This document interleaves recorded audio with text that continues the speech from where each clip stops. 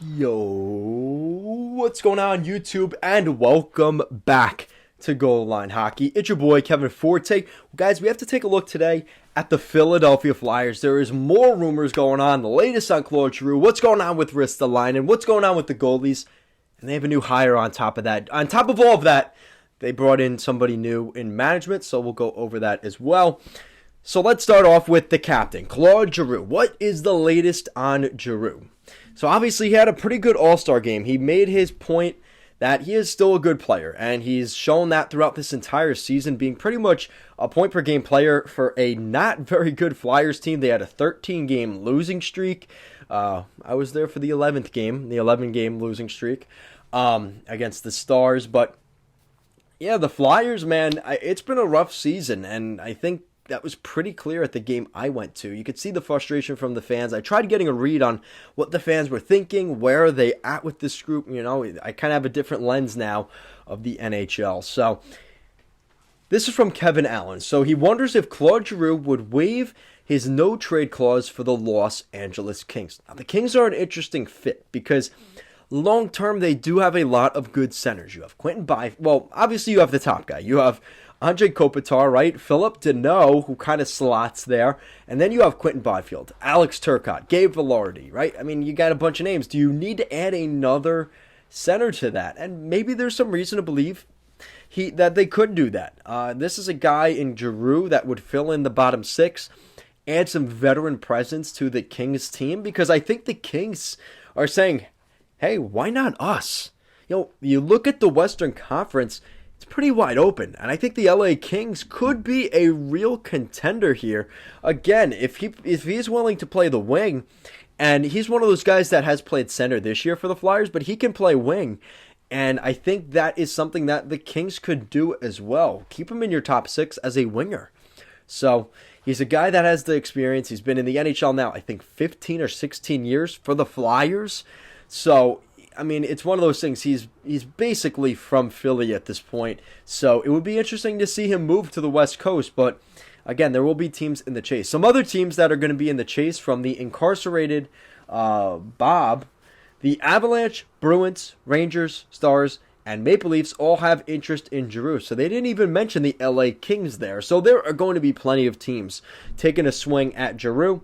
This is from Chris Johnston. Claude Giroux wants to wait and see if the Flyers can push for a spot before seeking a trade, which I think is a little bit crazy. But listen, that is part of the thing. I think he really, I mean, you saw at the All-Star game, he was with his wife, he was with his young son.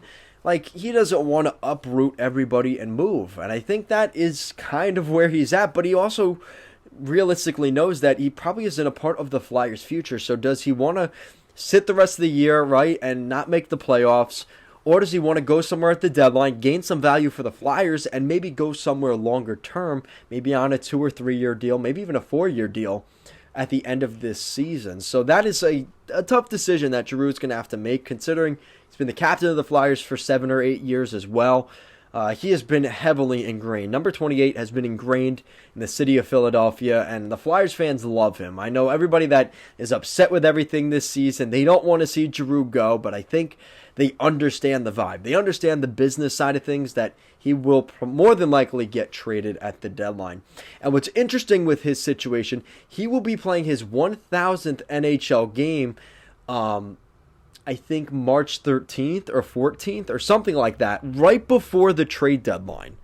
So if that's the case, we could see a situation where he plays his 1,000 games with the Flyers, gets the gold, what was it, the silver stick, and he ends up getting that, he gets that, the accolades for that, right?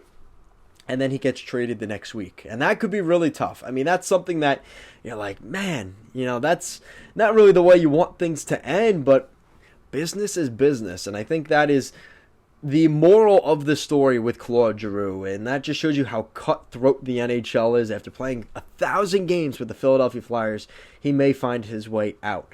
Yes, okay, so this is it. So he has, I believe it's going to be either March 17th, which is 7 p.m. against Nashville, or that Sunday, it's a 2 o'clock game against the New York Islanders. I think one of those two games, we will probably see Giroux get his 1,000 games in the NHL Silver Stick award for 1,000 games. So that, again, leads right to the 21st, which I'm pretty dead set is the trade deadline. That is how close they could be calling it there for Giroux for his 1,000 games. So, guys, let me know what you think in the comment section down below. What do you think of the Philadelphia Flyers here with Giroux?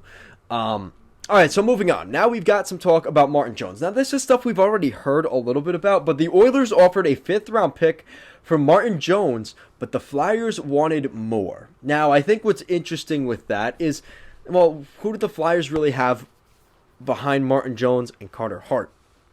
I think that's really what that comes down to. Back in the day, it used to be, well, Carter Hart's in Lehigh Valley, which I remember watching him in the 2018 Winter Class or the Outdoor Classic for the AHL. It was the Hershey Bears up in Hershey up against the Phantoms. I remember Carter Hart was the starting goalie. They ended up winning that game.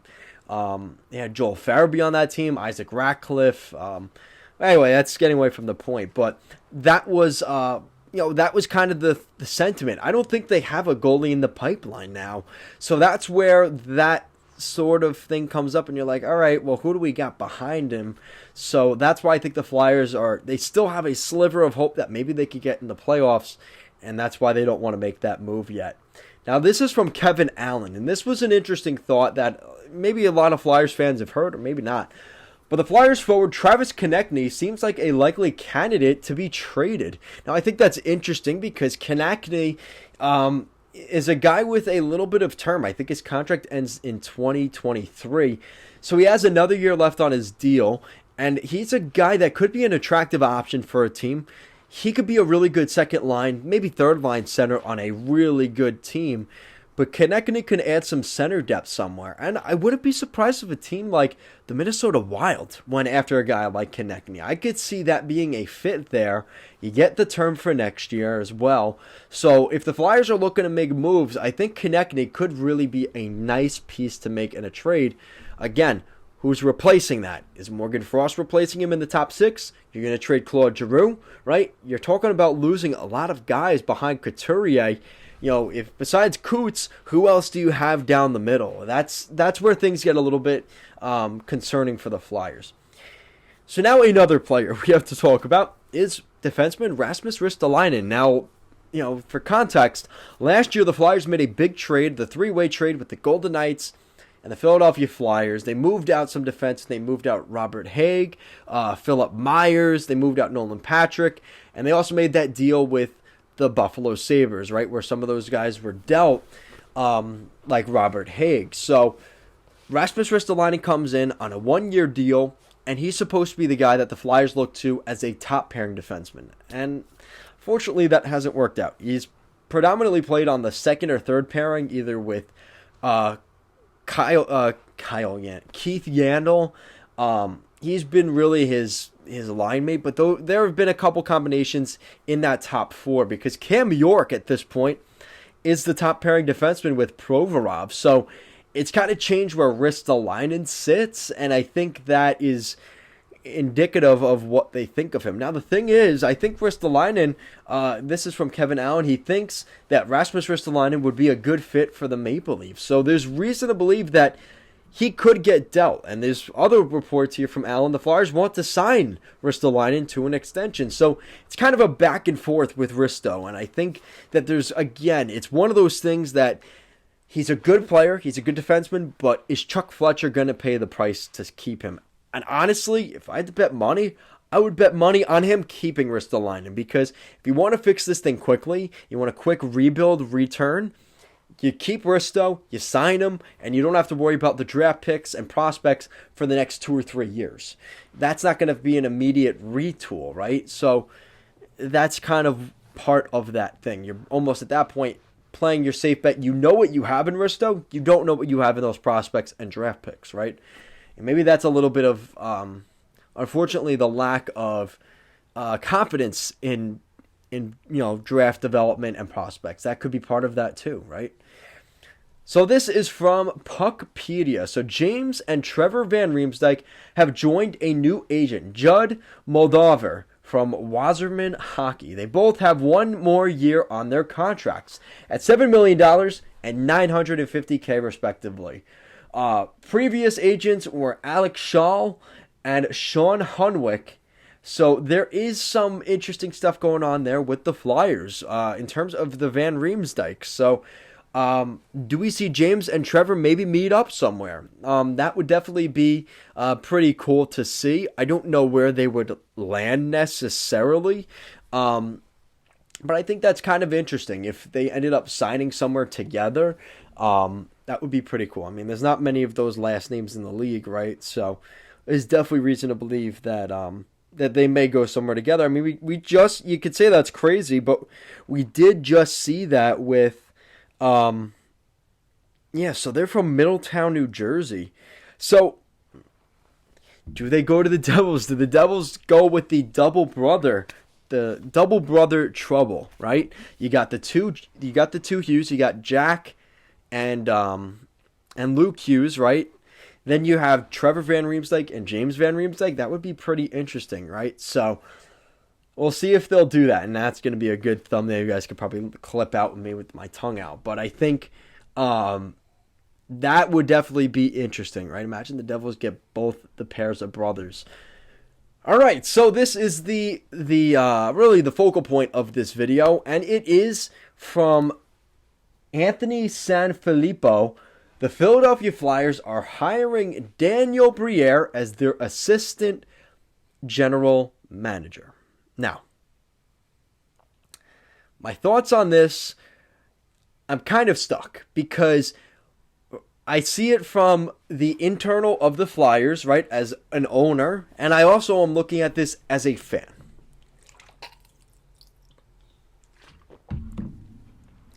So as an owner, right, you're bringing in Daniel Briere because, quite honestly, I would say Chuck Fletcher is kind of walking on eggshells. He's been there for 2 years now, I think. And I wouldn't be surprised if this year, if we're talking about next year now, right? A year from now, the Flyers are in the same spot.